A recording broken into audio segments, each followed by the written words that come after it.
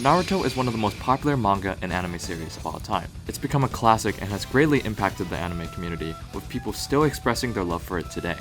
I watched 120 anime before I picked up Naruto, but many people on the internet, my friends, and even my family constantly begged me to watch Naruto, and so I started the original Naruto and really enjoyed it. The characterization of characters were really well established with what they wanted and what they could do.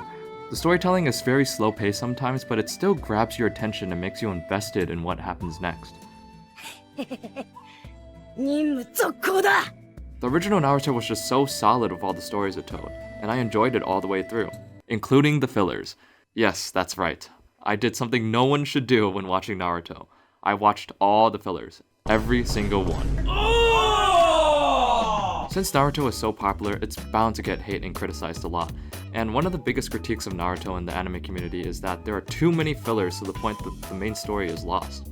I see where they're coming from, but I honestly thought that watching the fillers helped me get closer to the characters in the world, even if they were just dicking around and doing stupid side quests.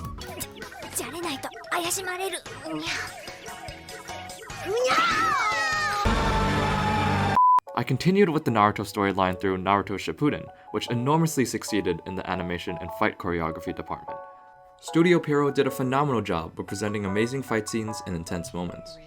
And with Naruto's storyline being so long, there were so many dramatic, captivating, and epic moments throughout, being highly praised by the anime community and creating endless discussions. But through all the flashy, suspenseful moments and the compact and crazy action,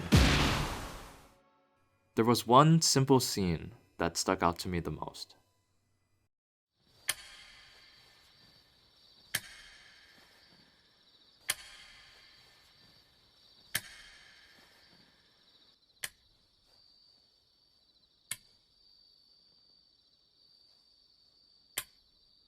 Despite all the things that Naruto is known for, a simple conversation between a father and son about the grievances of death and letting out emotions was what turned Naruto into something truly special.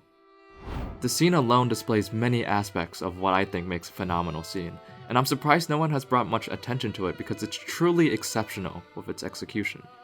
Its great directing, cinematography, writing, and how much it hit close to home for me is what makes this scene between Shikamaru and his father playing a simple game of shogi so impactful. And as someone who loves great filmmaking and storytelling, the scene did a fantastic job of utilizing certain elements to make it filled with emotion and impact. Every great scene has subtext to it. The major event that adds serious depth to the scene is the death of Asuma.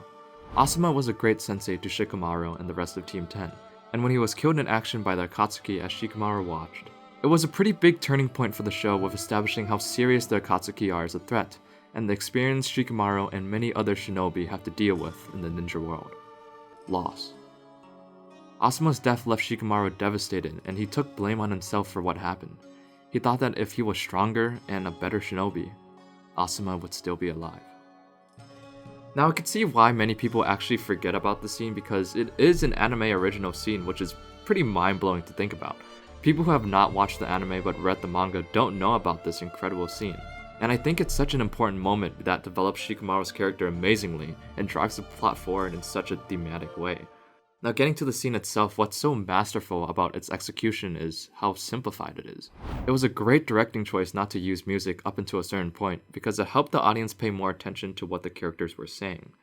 Music during the conversation would detract the audience from why they are feeling sad and the intensity of it. Instead of music during the conversation, the scene has the sound effects of the shogi pieces and cicada noises. Which honestly, the use of cicada noises is really underrated in media when it comes to creating an ominous atmosphere. A great example is the horror anime Higurashi When They Cry, which uses cicada noises as their main foreground sound, which significantly elevates the tone in horror. If you haven't watched Higurashi, you should. But these sounds create an airy and empty tone to this scene, and that's exactly how Shikamaru feels. The shogi pieces being placed on the board as Shikamaru and his father play are like the ticks of a clock. Shikamaru's emotions are bottling up and ready to burst at any moment, and the clicking of the pieces acts like a ticking time bomb for Shikamaru to let out his emotions. The cinematography barely changes and stays on Shikamaru and his father simply playing. The camera barely switches to show the characters' facial expressions like in a typical reverse shot sequence. The scene wants us to focus on what the characters are saying, and the display of this stays simple yet still intimate, showing that a father is just trying to help his son not blame himself and not keep his emotions inside. Also, the blocking in the scene is very subtle but says a lot about how the characters feel. Shikamaru's placement of the pieces gets more and more aggressive, and the pacing between each click between him and his father's pieces slowly becomes inconsistent. When his father says, Shikamaru changes his sitting position and puts his head down, showing that he feels like he doesn't deserve any kind of those words after what happened, especially from his father. He feels ashamed to the point that he doesn't even want to look at him. That subtle move made me really feel Shikamaru's pain. It was, in a way, relatable to me because sometimes I do get compliments that I think I don't deserve, and all I can do is look away. And just like Shikamaru, especially from someone I look up to, like my dad. I feel like when I do make such mistakes because of my incompetence, and my dad being the main person who always pushes me to do better, I can't help but refuse to listen to any kind words he gives me when I really need them. Shikaku's whole monologue to Shikamaru is very well written. The message he wanted to get across to his son was not to blame himself for what happened, that he could get stronger with time, and that the first step to that was to let go of his emotions. Near the start of the monologue, he asked Shikamaru if the Akatsuki are strong, reminding Shikamaru that despite Asuma being a skilled sensei, the Akatsuki are on another level, and that there was nothing that could be done to change the outcome. Shikamaru's father then pushes Shikamaru's emotions by saying,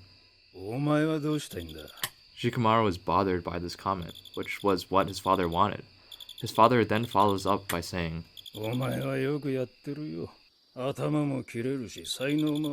trying to show Shikamaru that he's not weak just because he couldn't save Asuma, that he's the kind of shinobi that the Konoha needs. Shikamaru angrily asks why he's saying all this nonsense, and his father responds with,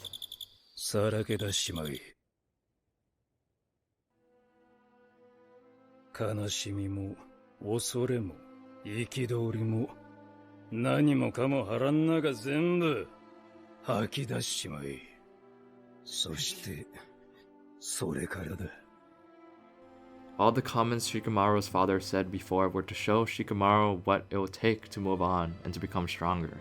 Shikamaru finally breaks down for the first time in the entire Naruto series, and his father closes the room to give him the privacy he needs to release his emotions.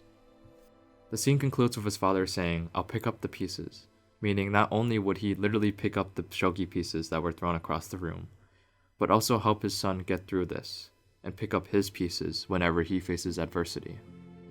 Because that's what a father does.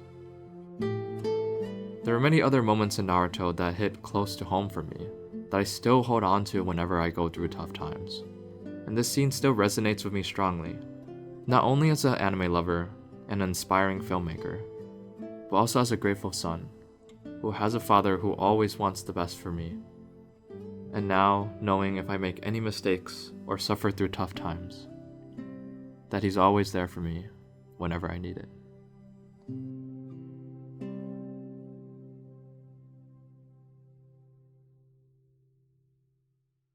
Hey everyone, it's Alex. I want to first start off by saying thank you so much for the support recently. I really do appreciate it. And I can't wait to make more content like this for you guys in the future. So if you like this video, please hit the like and subscribe button. Thank you again, and I'll see you in the next video.